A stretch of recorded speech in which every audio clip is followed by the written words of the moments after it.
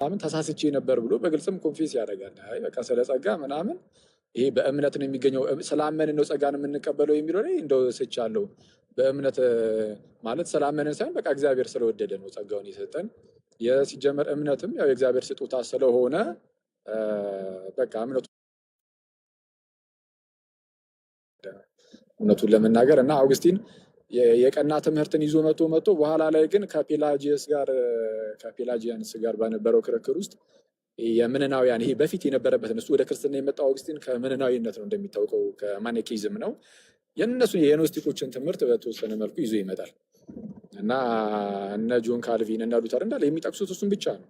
የድህነት ጉዳይ የጸጋ ጉዳይ ላይ ምናምን ሲያነሱ ሉተር በወንዴጅ ኦፍ ዘዊ ላይ መሳደብ ነው የሚቀነው። እነ ቅዱስ ዮሐንስ አፈወርቅ እነ ጄሮምን ምን አሁን ጄሮም ነው እንዴ ይልና ጭራሽ ከርዕሱ ጋር የማይገናኝ ነገር ጄሮም የሆነ ቦታ ላይ የተናገረው ሌላ ጉዳይ የተናገረውን ያነሳና ለምሳሌ ስለ ድንግልና የተናገረውን ያነሳና ጄሮም ስለ ድንግልና ሲናገር ምንድነው ይሄ ጋብቻ ምድርን ይሞላል ይልና ያው እግዚአብሔርም እንደዛ ስላለ ብዙ ተባዙ ብሎ ይለ በአዳምና ሔዋንን ስለዛ ጋብቻ እውነት ነው ምድርንም ይሞላል።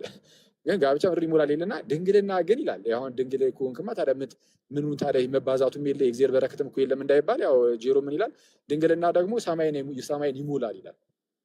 እና ሰማው ጄሮም በተወሰነ መልኩ ለድንግልና ትልቅ ቦታ ይሰጣል ከጋብቻ ይልቅ ማለት ነው። ለድንግልና የሚያደላ የሚመስል ነገር አለው። እችን ነገር ይዝና ሉተር ምን ይላል ያው ስለሚቃወሙ ማለት ነው በትምህርቱ የጸጋ ትምህርት ላይ ሁሉም አባቶች ስለሚቃወሙት የነጻ ፍቃድ ትምህርት ላይ ምናምን ጄሮም ይኸው እንዲህ የሚል ከዚህ በላይ ስድብ ምን አለ ከዚህ በላይ ከንቱነት ምናምን የሆነ የማጣጣል የሆነ የመሳደብ የሚመስል ነገርን ማንሳት ይጀምራል። እና በጣም እንትና ሉተር አንዳንድ ጉዳይ ላይ በጣም ኢግኖራንት ነው። በጣም የሆነ በጣም እቡይ አይነት ነገር ትላለህ አንዳንዴ በጣም እውነቱን ለመናገር በጣም አባቶችን ለመሳደብ ይፈጥናል በጣም። እና አውግስቲን በአባቶች ዘንድ የማይታወቅ ትምህርትን በኋላ ላይ መለስ አድርጎ በምንናውያን ዘንድ የነበረውን ይዞ መጥቷል። በጣም የተወደደ ሰው ነው አውግስቲን የማጣጣል ነገር አይደለም፣ ወዶ አባት ነው። ግን ያው መጨረሻ ላይ እሱም ግን ይሄ የጸጋ ትምህርቱ ላይ ግን ሳት ብሏል እና እሱን ያዙት። እያየሁት እኮ ነው እያነበብኩኝ ነው አሁን በሚገርም ሁኔታ ቅድም ሳየው የነበረውን እዚህ ደገመው። እንዳውም ይሄ ቦንዴጅ ኦፍ ዘ ዊል የሚለው አስተሳሰብ የሁለቱ እንደሆነ ነው ሰርች ሳረግ ያገኘሁት። ሉተራን ኤንድ ካልቪኒስት ቲዮሎጂ ነው የሚለው። ቦንዴጅ ኦፍ ዘ ዊል ማለት ይሄ ቱሊፕ ላይ እቺ የመጀመሪያዋ ቲ ያለቻ ቲ ቶታል ዲፕራቪቲ እሷ ማለት ናት። ቶታል ዲፕራቪቲ ቦንዴጅ ኦፍ ዘ ዊል ተመሳሳይ ነው። የቃላት ምናምን ይሄ ማለት ሄደና ሂውማን ቢንግስ ካንኖት ቹዝ ሳልቬሽን ካንኖት ኮኦፕሬት ዊዝ ግሬስ ካንኖት ዲዛይር ጋድ ካንኖት ዱ ኤኒ ስፒሪቹዋል ጉድ ኤቭሪቲንግ ስፒሪቹዋል ኢዝ ሞነርጂስቲክ ነው ኢን ብራኬት ጋድ አሎን። ኦኬ ስለዛ ሙሉ በሙሉ እግዚአብሔርን መፈለግ አይችሉም ሰዎች ማለት ነው። በቃ ስፒሪቹዋል ጉድ የሆነ ነገር ማለት መንፈሳዊ መልካም የሚባለው በቃ ማመንም አይችሉም፣ እግዚአብሔር መፈለግ አይችሉም፣ ንስሐ መግባት አይችሉም። በቃ ይሄ ከጸጋ ጋር ኮኦፕሬት ማድረግ አይችሉም፣ ጸጋን መተባበር እንኳን አይችሉም። ስለዛ ሙሉ በሙሉ ሞኖጂስቲክ ነው ማለት ከእግዚአብሔር የብሉይ ኪዳን ሴይንቶችን እንዴት እንደሚያዩቸው ነው። ትክክል። እኔም እኮ እሱ አሁን ዕብራውያን 11 ላይ የእምነት አባቶች ተብለው የተዘረዘሩ በጣም በርካቶች አሉ። እግዚአብሔርን ማንም ሰው ደስ ማሰኘት አይችልም ይሉና ግን ዕብራውያን 11 ላይ ስንሄድ ሄኖክ እግዚአብሔርን ደስ እንዳሰኘው ይናገራል። ያውም በእምነት እግዚአብሔርን ደስ አሰኘ ይላል። ከዚህ ብሎ ያለ እምነትም ደስ ማሰኘት አይቻልም ይላል። እና ወይ እንግዲህ እና ሪጀነሬት ሳያደርግ ሰው ዳግም ሳይወለድ በፊት ማመን አይችልም ነው የሚሉት ሉተራኖች ራሱ። ዳግም ሳይወለድ ሰው ማመን አይችልም ይላሉ። ስለዛ እምነትን ዳግም መወለድ ሊቀድመው ነው ማለት ነው በእነሱ አስተምህሮ። ሳያምን ሰው ዳግም ተወልዶ ይወለዳል ጥምቀትን አግኝቶ። ለምሳሌ ህፃናት ሲጠመቁ እምነትን ይፈጠራሉ ምናምን የሚሉት ለዛ ነው። ዳግም ይወለዳሉ ህፃናቱ፣ ከዛን እምነትን ውስጣቸው እየተፈጠረ ይሄዳል አይነት ነገር ይፈጠራል አይነት ነገር እየተፈጠረ ሰን ይፈጠራል። አክቹዋሊ ከእምነት ጋር ያገናኛሉ አይደል? ምን አሉ መምሪ? ሪጀነሬሽንን ደግሞ ከእምነት ጋር እኮ ያገናኛሉ አይደል? ግን ካልቪንን ሉተራን ግን እነሱ የሚሉት ምንድነው ምንድነው ሁለቱ እምነትና ሪጀነሬሽኑ ዳግም ልደቱ ቴምፖራል በሆነ መልኩ መቀዳደም ባይኖርም ይሉና ይሄ የጊዜ መቀዳደም ሳይሆን ሎጂካል የሆነ መቀዳደም ግን አለው ይላሉ። ሎጂካል የሆነ መቀዳደም አለው ማለት ሁለቱም በተመሳሳይ ሰዓት እንኳን ቢመጣ እምነቱና ዳግም ልደቱ ግን አንዱ ለአንዱ ኮዝ ሲሆን ይሄ እምነት ስላለ አይደለም ዳግም ልደት የመጣው ይልቁንም ዳግም ልደት ስላለ ነው ያመኑት። ምክንያቱም ያ ሰው ዳግም ካልተወለደ እዛው ሞት ውስጥ ነው። ሞት ውስጥ ሆኖ ደግሞ ማመንም አይችልም፣ እግዚአብሔርን መምረጥ አይችልም፣ እግዚአብሔርን መፈለግ አይችልም፣ ንስሐ መግባት አይችልም። ስለዚህ እንደዚህ ነገሮች ሁሉ እንዲያደርግ ፈቃዱ መፈወስ አለበት ይላሉ። ስለዚህ ዳግም ይወለዳል። ይሄ ባይዜ ቡክ ኦፍ ኮንኮርድ ላይም አለ። ቡክ ኦፍ ኮንኮርድ ይሄ የአማርኛው ላይ ኤፒቶሙ ያለው ሲጠመቅ ህፃናት ይላሉ። አሁን የሚሰማው ህፃናት ሲጠመቁ በዚያ ውስጥ እምነት ይፈጠርላቸዋል የሚሉት አለ። ለዚያ ነው ማለት ነው። አየህ አዋቂዎችም ላይ ምንድነው መጀመሪያ እግዚአብሔር ለትልቅ ሰውም ታዲያ ከተጠመቀ በኋላ ነው እምነት የሚያገኘው ይላሉ። በትልቅ ሰውም እነሱ የሚሉት ምንድነው አሁን የኃጢአት ስርየትን አይደለም። እነሱ የተወሰነ የሚለያዩቸው ነገሮች አሉ። አሁን ይሄ ሪፎርምዶቹም እነዚህ ሉትራኖቹም የኃጢአት ስርየት በጥምቀት ነው ምናምን ይላሉ። ትክክል ነው። ግን ምንድነው ልክ ሰውየው ሲሰማ ወርድ ኤንድ ሳክራመንት የሚሉት ነገር አለ አይደለ? የእግዚአብሔር ቃል ልክ ሲሰበክ ይላሉ። በዛ በስብከት ውስጥ መንፈስ ቅዱስ ይገባና ያንን የሚሰማውን ሰውዬ ይገባና ይለውጠዋል። ስለዚህ ይሄ ኮንቨርሽን አለ። ይሄንን ዳግም ልደትም ይሉታል። ኮንቨርሽን፣ ዳግም ልደት፣ ሪጀነሬሽን፣ ኮንቨርሽን እያሉ ይጠሩታል። ይሄ ምንድነው ቡክ ኦፍ ኮንኮርድ ላይ ፎርሙላ ኦፍ ኮንኮርድ የሚል አለ። የስምምነቱ ቃል ፎርሙላ ኦፍ ኮንኮርድ ሁለት ፓርት ነው ያለው፣ ኤፒቶም እና ሶሊድ ዲክላሬሽን የሚል። ኤፒቶሙ ነው ያለው። ይሄ በአማርኛ የተተረጎመው ብዙ ጊዜ የምናወጣው እሱ ኤፒቶሙ ብቻ ነው ያለው እና ሶሊድ ዲክላሬሽኑ ላይ አለ ስለ ፍሪ ዊል፣ ስለ ነፃ ፍቃድ ምናምን ያስቀመጡበት ቦታ ላይ ሁለተኛው ክፍል ማለት ነው። እሱ ላይ ሁሉም ነገር አስቀምጠውታል። እና ምንድነው እነሱ እያሉ ያሉት ልክ ሰውየው በሚሰማበት ሰዓት ሳያምን በፊት መንፈስ ቅዱስ ገብቶ ሰውየውን ኮንቨርት ያደርጋል፣ ይቀየረው፣ ኮንቨርሽን ያካሂዳል። ሰውየው ላይ መንፈስ ቅዱስ ይሄድና ሰውየውን ሪጀነሬት ያደርጋል፣ ዳግም ይወልደዋል። ወይ ቃሉን ሲሰማ ወይም ደግሞ ሲጠመቅ፣ ከሁለት በአንዱ። መንፈስ ቅዱስ መጀመሪያ ስራውን መስራት አለበት ሰውየው ላይ። መንፈስ ቅዱስ ደግሞ ስራውን ለመስራት ምንድነው የሆነ ሚንስ ያስፈልጓል፣ የሆነ የሚሰራበት ነገር ያስፈልጓል። እና የሚሰራው ወይ በቃሉ በኩል ወይ በጥምቀት በሚስጥራት በኩል ነው። ሪጀነሬት የሚያደርግበት ሰዓት ሲጸበቀው ይሁን ወይ ሲጠመቅ ይሁን አይታወቅም። በምን ያውቃሉ? በምንም ሊያውቁ አይችሉም። አዎ በምን ሊያውቁ ይችላሉ? በምንም ሊያውቁ አይችሉም። ስለዚህ አሁን ሲሰበክ ሪጀነሬት ቢያደርግ ያ ሰው ሲጠመቅ ምን አይነት ጥቅም እንደሚያገኝ ራሱ ያው በእርግጥ ሌላ ከዚህ ውጭ ያሉ ነገሮችን ከዘረዘሩ እንጂ አሁን ከጥምቀት ያሰጣል እንደዚህ ብለው ከሚያስቧቸው ጥቅሞች ውስጥ የተወሰኑትን ሊቀንሱ ይችላሉ ማለት ነው። እና በአንድም በሌላም በኩል ይሄ በቃሉ በኩል ወይም ደግሞ በጥምቀቱ በኩል እንደዛ ይላሉ። እና የሉተራኖቹ አስቸጋሪ ነው በጣም። ጌታ ልብን ካልከፈተ ሰው መዳን ይችላል። እኛ የምንለው በነገራችን ላይ ሰው ለማመን ራሱ የእግዚአብሔር እርዳታ ያስፈልገዋል። አዎ፣ ግን ሪጀነሬት ሊያደርገው ምናምን እንደዚህ ኮንቨርሽን ምናምን እንደዚህ ነገር ሊካሄድበት አያስፈልገውም ማለት ነፃ ፈቃዳችን ስቲል ኢንታክት ነው አለ። ነፃ ፈቃድ አለ፣ ግን በእግዚአብሔር እርዳታ ፈቃዳችን ማሰራት እንችላለን ብለን እናምናለን። ነፃ ፈቃዳችን አላጣነውም። እነሱ ነፃ ፈቃዱን ሙሉ በሙሉ አጥተነዋል ብሎ ስለሚያስቡ ዳግም ካልተወለደ በዛ በሞት ውስጥ ሆኖ መምረጥ አይችልም መልካም ነገርን ስለሚሉ ለዛ ነው ዳግም ልደትን የሚያስቀድሙት። ሪጀነሬሽን ፕሪሲድስ ፌዝ የሚሉት ነገር ማለት ሪጀነሬሽን ፕሪሲድስ ፌዝ የሚለውን ካልቪኒስቶቹ በጣም በግልጽ ነው የሚናገሩት። ሁሉም የአርሲስ ፕሮብለም ዋሪዝ ሪፎርምድ ቴዎሎጂ በተሰኘ መጽሐፍ ላይ በደንብ ይናገረዋል። ግን ሉተራኖቹም እንደዛው ነው። ከዛ የተለየ እምነት የላቸውም። አይ እዚህ አቤል ናግባ እስቲ ዕብራውያን ላይም እኮ ይሄ እኮ እግዚአብሔር ሰዎች ጥሪ እኮ ያስተላልፋል እኮ ምንም መንፈስ ቅዱስ እኮ የሰው ህሊናችን መጀመሪያ የሰው ልጅ ህሊና ወይንም ደግሞ የተሰጠን ራሱ ባህሪያችን እኮ የነፍስ ባህሪ ራሱ እኮ ፈጣሪን መመርመር ፈጣሪዋን መርምራ የምታውቅ አድርጎ ነው የፈጠራት እኮ አይደለ? እግዚአብሔርን ማወቅ እግዚአብሔርን መመርመር። እነዚህ አሕዛብ እንኳ በባህሪያቸው ማለት በተሰጣቸው እውቀት ተፈጥሯዊ የሆነ እውቀት አላቸው አይደል? በዚያ ተመራምረው ፈጣሪያቸውን የማወቅ እድል አላቸው። አይ ድንጋይ የሚጠርበው የሚጠየቁት እንዲያውም በሱ ነው። አይ ይሄ ህዝብን ወይንም ደግሞ ህግ የተሰጡት ይላል ቅዱስ ጳውሎስ ህግ የተሰጡት በህግ ህግን በማፍረስ አንድ ይጠይቃሉ። ሁለተኛ በተፈጥሯቸው ባለማወቅ በሁለት ነገር። አሕዛብ ግን በህግ አፍራሽነት አይጠየቁም። ለምን? ህግ አልተሰጣቸው። ህግ ማለት ህግ የላቸውም። ነገር ግን እነሱ ህግን በባህሪያቸው ማለት በተፈጥሯቸው እግዚአብሔርን ባለማወቃቸው ይጠየቃሉ እያለ የሚያብራራበት ክፍል አለ እዚህ ሮሜ ላይ ማለት ነው። ስለዚህ ሰው በተፈጥሮ በራሱ ፈጣሪውን እንዲፈልግ ተደርጎ ስለተፈጠረ ክፉና ደጉን የሚያውቅ ነው።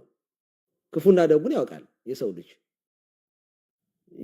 የመምረጥ ፈቃድ ተሰጥቶታል ነው። ስለዚህ እግዚአብሔር እንድናውቀው ፈቃዱ ነው። ወደ እርሱ እንድንመጣም ፈቃዱ ነው። አልዘጋብንም። ይሄኛው ግን የሚለው እኮ የነሱ ትምህርት ግን የሚለው አንደኛ ሂውማን ቢንግስ ካኖት ቹዝ ማለት መዳንን የሰው ልጅ መምረጥ አይችልም ካሉ ካኖት ኮኦፕሬት ዊዝ ግሬስ ይሄንንም እንዴ ጸጋን መቆጣጠርና ኮኦፕሬት ማድረግ አይችልም ካሉ ዲዛየር ጋድ እግዚአብሔርን የመፈለግ ካኖት ዲዛየር ጋድ እግዚአብሔርን መፈለግ የሰው ልጅ አይችልም ካሉ ኤኒ ስፒሪቹዋል ጉድስ ኮነ ምንም አይነት መልካም ነገር ማድረግ አይችልም።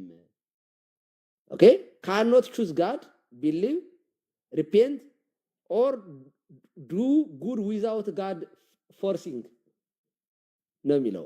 ማለት እግዚአብሔር ግፊት ካላደረገ ወይንም በእግዚአብሔር ያን ነገር እንዲያደርጉ ካደረገ ምንም ነገር ማድረግ አይችሉም። ማመንም አይቻልም፣ እግዚአብሔርን መምረጥም አይቻልም፣ ንስሐ መግባትም አይቻልም።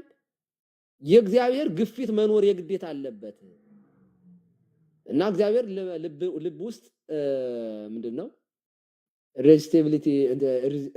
ሬዚስቲብል ቻርጂንግ ዘ ሃርት የሚላለ በልብ ውስጥ ቻርጅ የሚያደርገው ነገር እምነት ነው። ይሄ ምንድነው ቻርጅ የሚደረገው? ባትሪ ነው። እና ይሄ በጣም ከባድ ነገር ነው። ሬዚስቲቭሊ ቶታል ዲፕራቪቲን የማያምኑ ሰዎችን እንደነሱ የማያምኑ ሰዎችን ኃጢአትን እናንተ ሲሪየስሊ አታዩም። ኃጢአት በምድር ላይ በሰው ልጅ ላይ ያመጣውን ዲቫስቴሽን በሚገባ ለያዛቸውም እያሉ ይከሳሉ። ባይዘው ምን እንደዚህ የሰው ልጅ እንደዚህ ተጎድቷል፣ በቃ ኮምፕሊትሊ መንፈሳዊ ነገር ማድረግ በማይችልበት ደረጃ እሱ እኮ የመሰለኝ ተጎድቷል ብላችሁ ካላመናችሁ እኮ እሱ የመሰለኝ እኔ የካልቪኒስቶች ትምህርት ነበር የመሰለኝ። እኔ የሉተር ትምህርት አልመሰለኝም ነበርና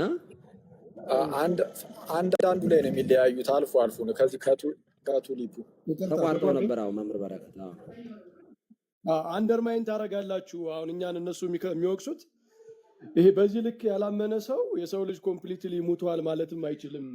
ኃጢአት ሞትን አምጥቷል ማለት ዲቫስቴሽኑን ያቃለላችሁት ይሄን ካላመናችሁ ብለው እነሱ ግብረ መልስ ይመልሳሉ።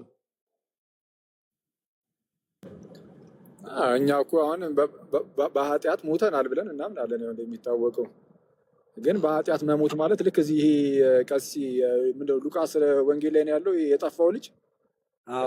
የጠፋው ልጅ ሄዶ ሲመለስ አባትየው ምን ነበር ያለው? የልጅ ሞቶ ነበርና ሕያው ሆኗል፣ ጠፍቶ ነበረ ተመልሷል አይነት ነገር ብሎ ተናግሮ ነበር። አባትየው ሞቶ ነበር ሕያው ሆኗል ነው ያሉት።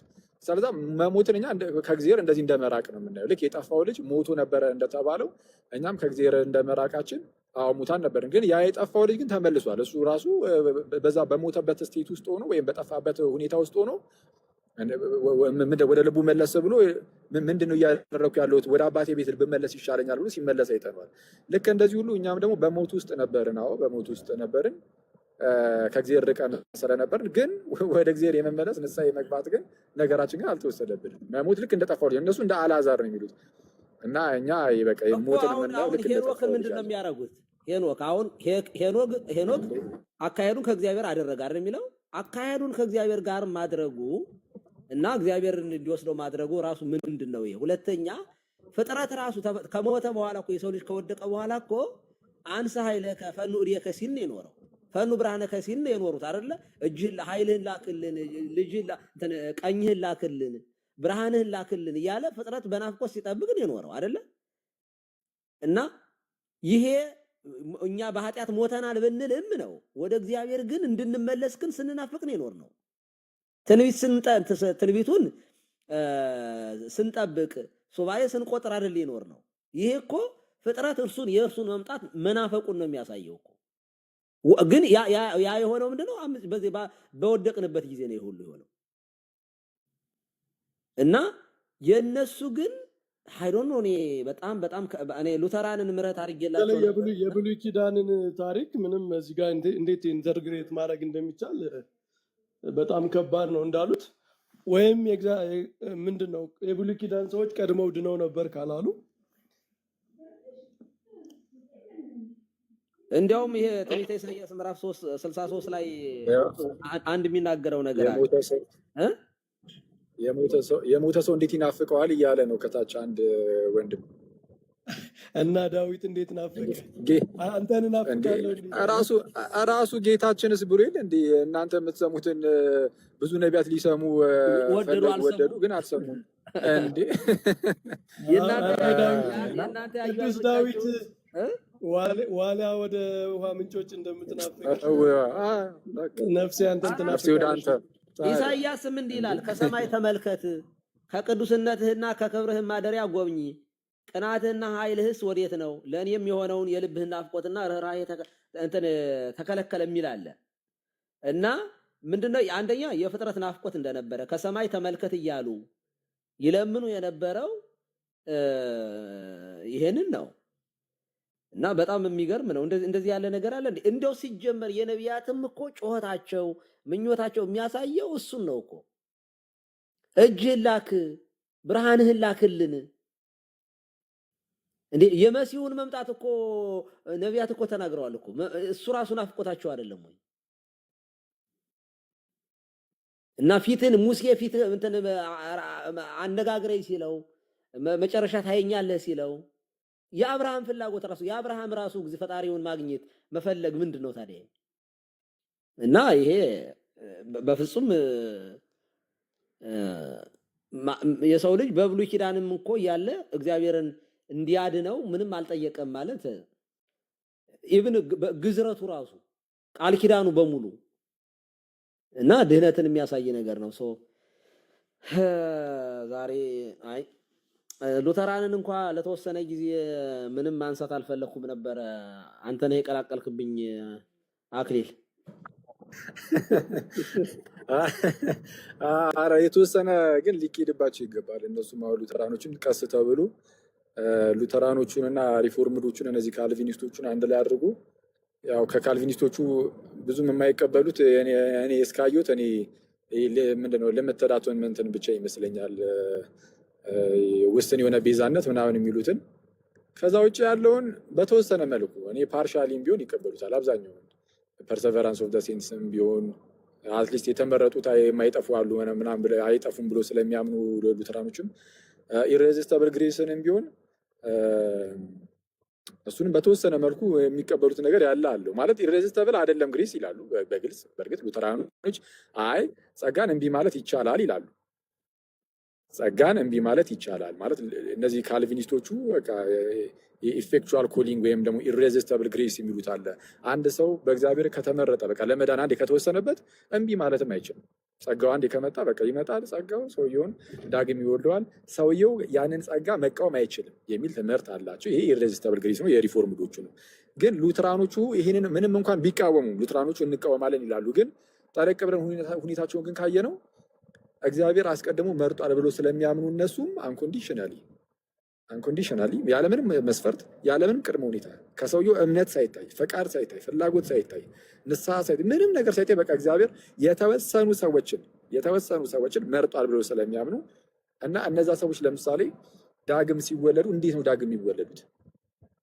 ወይም ደግሞ ከሌላው ሰው ምንም የሚለይ ነገር የላቸውም። እነዛ የተመረጡት ይድናሉ ብለው ያምናሉ፣ ዳግም ይወለዳሉ ብለው ያምናሉ። እና እነዛ ሰዎች ከሌላው ከቀረው ህዝብ ጋር ምንም የሚለይ ነገር ሳይኖራቸው ሁሉም የእግዚአብሔር ነገር እምቢ የሚሉ ናቸው የተባሉ ሲሆኑ ግን እንዴት ነው ያ ጸጋ መጥቶ የሚሰራባቸው? እምቢ የሚሉ ከሆነ እንዴት ሊሰራባቸው ይችላል? እንደነሱ አባባል ከሆነ ሰው በቃ የእግዚአብሔርን ነገር መንፈሳዊ ነገርን እምቢ የሚል ብቻ ሆኗል ስለሚሉ እንዴት መንፈስ ቅዱስ እነዚህ ሰዎች ላይ ሰራ ከተባለ በቃ ኢሬዚስቲብሊ ሰርቷል ነው የሚያስብለው። እምቢ ማለት በማይችሉበት ሁኔታ መጥቶ የሰራባቸው ነገር አለ። አትሊስት መጀመሪያ አሁን ያሉት ካልቪኒስቶች ግን አሁን በህይወት ያሉት የሚያስተምሩት ይህን የሚያስተምሩት ሰዎች እነሱ ራሱ ኢሬዚስቲብል ግሬስ ውስጥ መሆናቸውን እርግጠኛ ናቸው። ኦኬ ትክክል። የምርም ይሄ ምርጫ ውስጥ አሉ የሉም የሚለውን እኔ እንዲያውም የምጠይቅ እሱን ነው። አንደኛ ራሳቸው ያውቃሉ። እሱ እኮ ይነሳባቸዋል እኮ አሁን ይሄ ሰውን ክርስቶስ ሞቶልሃል ብሎ ለምሳሌ እኔ ሊሰብከኝ አይችልም ማንም ሰው። አሁን ይሄ ሪፎርምድ ምናምን ካልቪኒስት ምናምን የሚባሉት ይሙትልኝ አይሙትልኝ በምን ይታወቃል? የሞተው ለተመረጡት ነው። እኔ ደግሞ ልመረጥ አልመረጥ አያውቁም። ከእኔ ሲገርመኝ ደግሞ ራሱ ሰውዬ ነው እሱ ራሱ መቼ ራሱም አያውቅም። ይኸው እኔማ በክርስቶስ አምኛለሁ ስለዛ ስለተመረጥኩ ነው ምናምን ሊል ይችላል። ግን ከነሱ ውስጥ አንድ ሰው ቢክድ ምንድነው የሚሉት? አይ በቃ አስቀድሞም አላመንም ነበር ማለት ነው። ያመነ መስሎት ነበር ግን አላመንም ነበር ማለት ነው ይላሉ። ስለሱ ሰውየው መጨረሻ አይታወቅም። ቢክድ እንደዛ ነው የሚሆነው። ስለዛ በምንም ሊያውቅ አይችልም። እሱ ነው አሁን አይወልህ እኔ ስላመንኩኝ ኦልሬዲ በምን ይታወቃል?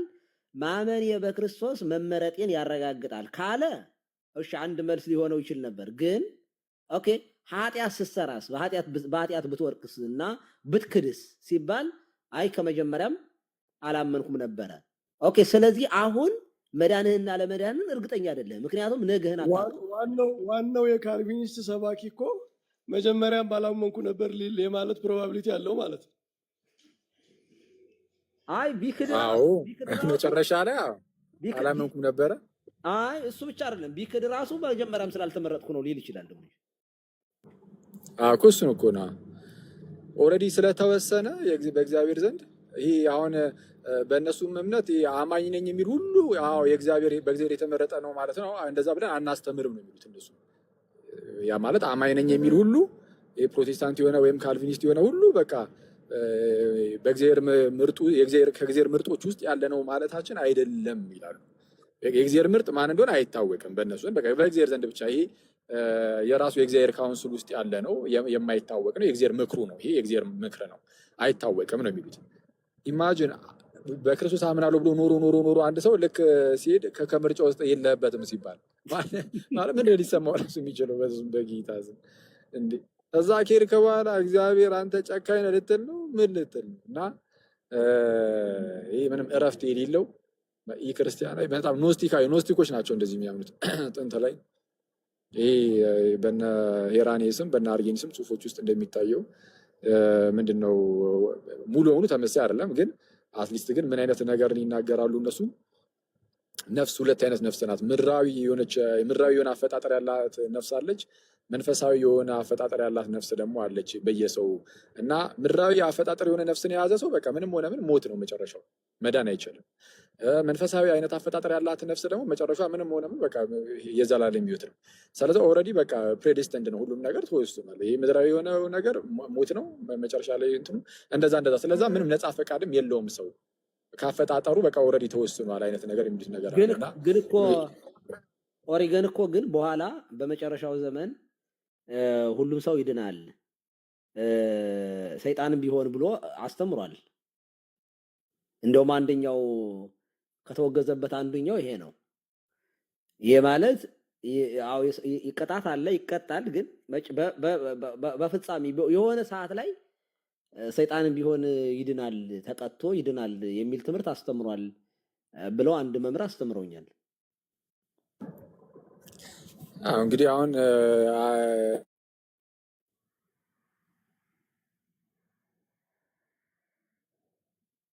ተቋርጠሃል አክሊል።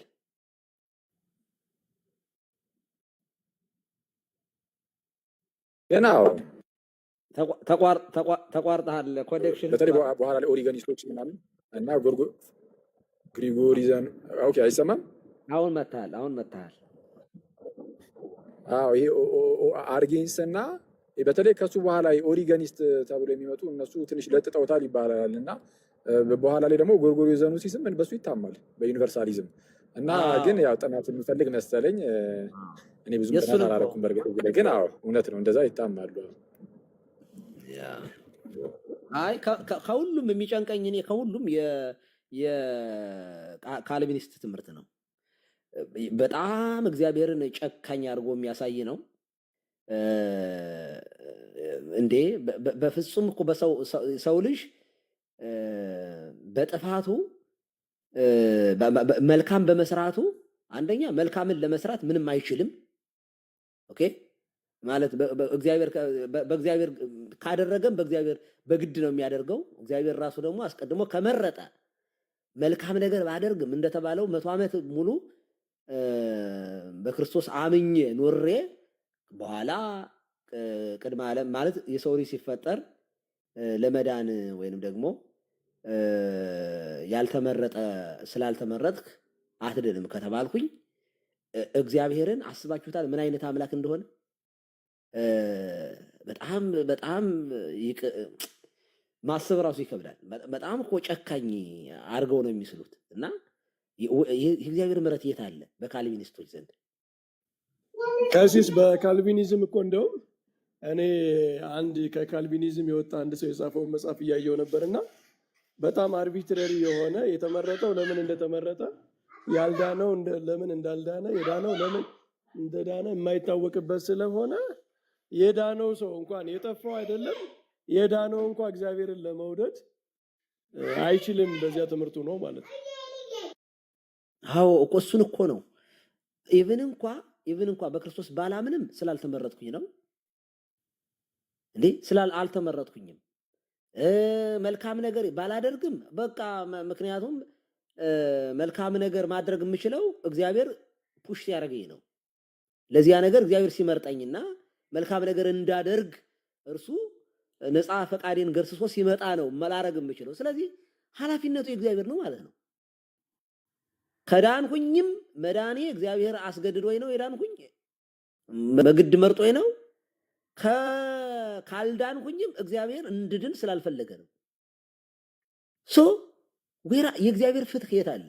እዚህ ውስጥ የእግዚአብሔርን ፍትህን እዚህ ውስጥ ፈልጉት እስኪ ታገኙታላችሁ።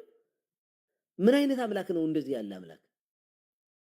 ሰው እኮ ደህንነቱ እኮ ከነፃ ፈቃድ ጋር ስለተያያዘ እኮ ነው። ነፃ ፈቃድ የሚባለው ነገር ባይኖር ኖሮ የእግዚአብሔርን ፍርድ ራሱ የት ላይ እናየዋለን? እንደየስራው ይከፍለዋል የሚለው ወዴት አለ? ሰው አምኖ እግዚአብሔርን ወዶ ፈቅዶ ተከትሎ ለዚያ ነገር የእጁን ስራ የሰራውን ነገር የዘራውንም ማያጭድ ከሆነ እና በጣም ነው የሚጨንቀኝ። እኔ ይሄንን እምነት ተከትለው አንድ ቀን ማደራቸው ሰዎች ሁሉ በጣም ነው የሚገርመኝ። እንዲህ ከዚህ ሁሉ የአባቶችን ትምህርት እንደው ተቀበላችሁ እርፋትሉ እንዴ? ይሄ በጣም ከባድ ነገር ነው። የእውነት በጣም ነው የሚጨንቀኝ። እኔ የካልቪኒስትን ትምህርት ሳስበው የቱሊፕን እያነበብኩ ነበር ዛሬም። በጣም ነው የሚጨንቀው። አስቀያሚ ትምህርት ነው። ይህንን ይዘው እኔ ዲቤት አልመጣም። እዚያው እንደ ተቀድሮብኝ እንደ እንትኖች እንደ ሙስሊሞች የሙስሊሞች አይነት ትምህርት ነው የሚሆነው። ኤኒዌይስ 45,000 ዶሚኔሽን በቀጣዩ 50 ዓመታት ውስጥ ስንት ቁጥር ይሆናል ገምቱ፣ ከታች ያላችሁ ሰዎች። ይሄ የተለያየ ትምህርት በትምህርት ነው በአስተምሮ ነው። 45,000 ዶሚኔሽንስ በሚቀጥሉት 20 እና 10 ዓመት ስንት ይሆናል ብላችሁ ገምቱ። በነገራችን ላይ ይሄ ቁጥር እኔ ራሴ የሰጠሁት አይደለም፣ ቅድም እያሳየው ስለነበረ ነው። የትኛውም መረጃ ላይ ጉግል ብታደርጉ የምታገኙት ቁጥር ነው። ይሄ ቁጥር ከራሴ ያመጣሁት ነገር አይደለም። ይኸው ተመልከቱት። አንዱ የምስራች ግን ካልቪኒዝም ከዚህ ከ45,000 ውስጥ ቁጥሩ ትንሽ ነው አይደል? በብዛት ትንሽ ናቸው መሰለኝ አይደል? እኔ ባየሁት ዳታ ብዙ ሲግኒፊካንት ነምበር ያላቸው አይደሉም። እንትን ምኖቹ ካልቪኒስቶች በዓለም ላይ ከፕሮቴስታንት ቁጥራቸው ብዙ ሲግኒፊካንት አይደለም አይደል? እንጃ እስቲ ሰርች ማድረግ ነው እዚሁ ጋር። አሁን እየበዙ ነው መሰለኝ። አሁን በዚህ በአሜሪካን ሀገር ምናምንም ሪፎርመሮቹ ብዙ ናቸው። እስቲ እንትን ማለት ይቻላል። የተለያየ ውስጥ ስላለ ሪፎርም ለራሱን ችሎ ቴዎሎጂ ነው። ስለዛ ጴንጤ ውስጥም እኮ ካልቪኒስቶች ሊኖሩ ይችላሉ። በነገራችን ላይ ጴንጤ ሆኖ አንድ ሰው ግን ካልቪኒስት ሊሆን ይችላል፣ ሪፎርመር ሊሆን ይችላል። ምን ነበረ እንዴት ነበረ ብቻ የሆነ ካልቪኒስት ፔንቴኮስታል አይነት ነገር ምናምን የሚሉ ሰዎች እኮ አሉ። እና ሁሉም ጋር ሊገባ ይችላል። ይሄ እንትኑ እንደ ሙቭመንት አይነት ነገር ስለሆነ እንቅስቃሴ ነገር። እስቲ ሰርች አድርጉት እስቲ ቀሲ። እያየሁት ነው። ቆይ እያረኩ ነው። ኦኬ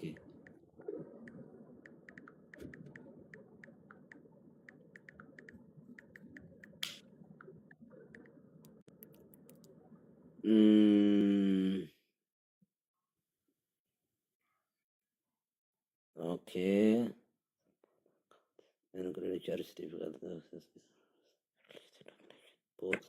ካልቪኒዝም ወይም ሪፎርምድ ብለው እስቲ ከ85 እስከ 100 ሚሊዮን የሚል አገኘሁኝ። ከ85 እስከ 100 ሚሊዮን ይሆናል ይላል። ቀላል አይደለም። ኦኬ ምንድነው የሚለው? ኦኬ ቸርች ሳብ many sources estimate that reformed in bracket በቅንፍ Calvinist tradition churches have about 70 to 80 million believers globally ይላል። ቀላል አይደለም። 70 to 80 ማለት ከ70 እስከ 80 ሚሊዮን የሚሆን ህዝብ 70 አዎ 31% የሚሉ አሉ። ኦልሞስት የኢትዮጵያን ህዝብ ግማሽ በላይ ማለት ነው። ይሄ እንደ አጠቃላይ እንደ ፕሮቴስታንት ከታየ ምናልባት አራውንድ 10% አካባቢ አይሆንም ይሆናል። እንደዛ አካባቢ መሰለኝ ነው ወይ? ከዚህ አጠቃላይ ፕሮቴስታንት ከ500 ሚሊዮን በላይ አይሆንም በዓለም ላይ። ኦኬ እንደዛ የሚሆን ከሆነ ወደ 18% አካባቢ ማለት 19%። በጣም ብዙ ነው። ይሄ እንትን ነው እንደ ሙቭመንት ስለሆነ ደግሞ የሚድነው ስንት ነው? አወቅም። የተመረጠው ስንት ነው? የተመረጠው ከዚህ ውስጥ ስንት ነው? ከዚህ 70 ሚሊዮኑም እርግጠኛ አይደሉም። አዎ 70 አይታወቅም። ኢቭን ዋናው ኢቭን ራሱ ጆን ካልቪን ራሱ እርግጠኛ አይደለም።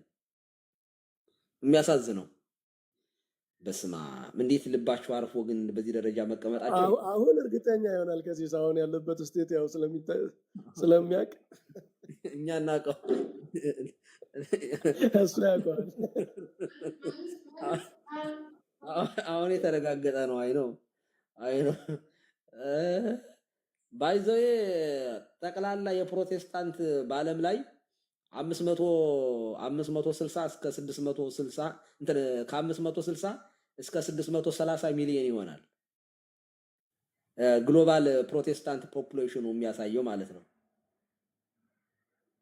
ስለዚህ ከዚህ ውስጥ ከ560 ሚሊዮኑ 80 እስከ 90 ሚሊዮን የሚሆነው ኦኬ ካልቪኒስት ነው ማለት ነው። ከ85 እስከ 100 ሚሊዮን ይሄ ማለት እኮ 5% አካባቢ ማለት ነው። አንዱ ማለት ነው 15% እንደዚህ አካባቢ ማለት ነው። ነው 15% አዎ እንደዚህ አካባቢ ማለት ነው። ቀላል አይደለም። 1/5 ወይም 1/4 1/5 እንደዚህ አካባቢ ቀላል አይደለም። ቀላል ቆጠረ እንግዲህ ከ45,000 ዶሚኔሽን ውስጥ የሁሉ ከነዚህ ውስጥ ቢያንስ ለአምስት እንኳን ብናካፍለው 1/5 ቃለ እንትን ይሄ ካልቪኒስት ነው ማለት ነው። ይገርማል። እንግዲህ ከታች ያላችሁ ኦርቶዶክሳውያን ይሄንን ስትመለከቱ የአንዲት ቤተክርስቲያን ባህሪ እዚያ ውስጥ የለም። የክርስቶስ ቤተክርስቲያን ግን አንዲት ናት። ትምህርቱ አንድ ነው። አሁን 2018 ዓመተ ምህረት ያለ መከፋፈል አንድነቷን ጠብቃ ሐዋርያዊ ቅብብሏን ጠብቃ ዝም ብሎ አንዱ እየተነሳ እኔ ቄስ ነኝ ጳጳስ ነኝ የማይልባት ቤተክርስቲያን ትክክለኛ የቤተክርስቲያን ባህሪን የሚያሳይ ይሄ ነው።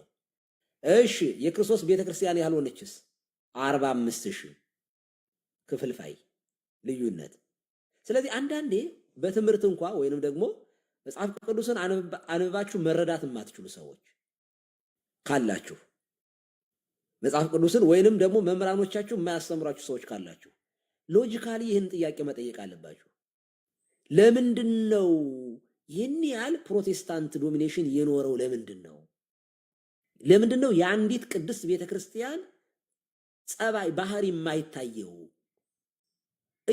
በየቀኑ አዳዲስ እምነት ነው የሚፈበረከው። ለምንድን ነው ብላችሁ መጠየቅ አለባችሁ። ሲሪየስሊ እኔ ይሄንን ከልቤ ነው በቅንነት ነው የምጠይቃችሁ። ለምንድን ነው የክርስቶስ ቤተክርስቲያን አንዲት ናት፣ አንዲት ሙሽራት ነው ያለችው። ለምንድን ነው የሁሉ የተበጣጠሰ በየኮረጆ በየሻንጣ በቃ የኦንላይን ሁሉ የነቀለም ያጥቢያ ሁሉ ለምንድን ነው ይበዛ? ባይዘው ከ2000 እስከ 2025 ዓመተ ምህረት ይላል የግሎባላይዜሽን የሆነ አንዳንድ ጥናቶች እንደሚያሳዩት በፕሮቴስታንቱ ኦንላይን ቸርቾች ተመስርተዋል። የኦንላይን ቸርቾች ማለት የነቀለም ያጥቢያ ማለት ናቸው። እዚሁ ላይ ፕሬዲክት ያደርጋሉ፣ ትንቢት ተናገርን ይላሉ።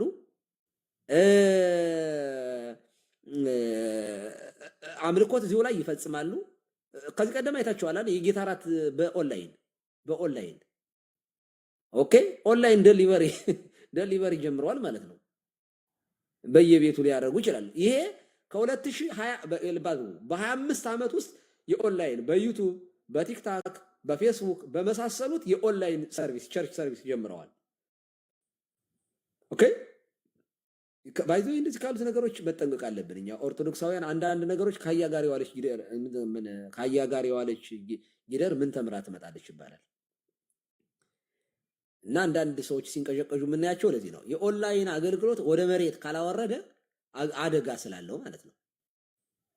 እና በጣም ልትፈሩ ይገባል። ፕሮቴስታንቶች ይህንን ቢያንስ ጠይቁ። ዋይ እንዴት በዚህ ደረጃ ቁጥራችን ሊበዝ አንድነት እንዴት ጠፋል? የቤተክርስቲያን ባህሪ እንዴት በእኛ መካከል ለምንድን ነው የማይታየው? የመንፈስ ቅዱስ ስራ በእኛ ህይወት ውስጥ ለምንድን ነው የማይታየው ስትሉ የለማ መንፈስ ቅዱስ በእናንተ ህይወት ውስጥ የሚከፋፍላችሁ የሚለያያችሁ የክርስቶስን ወንጌል የሚያጣምም ሰይጣን ነው። ስለዚህ በአስቸኳይ ወደ እናት ቤተክርስቲያናችሁ ተመለሱ። በዚህ የመራባት ፍጥነት ከቀጠላችሁ ባል የራሱ እምነት ይኖረዋል፣ ሚስት የራሷ ዶሚኔሽን ይኖራታል፣ ልጆቹ የተለያየ ይኖራቸዋል። ስለዚህ በአባላቱ ቁጥር አሁን በፓስተሮች ቁጥር ነው፣ ወደፊት ግን በእያንዳንዱ አማኝ ቁጥር ዶሚኔሽንስ ይኖራል። ሶላ ስክሪፕቹራ የስ ዋናው መነሻ እሱ ነው።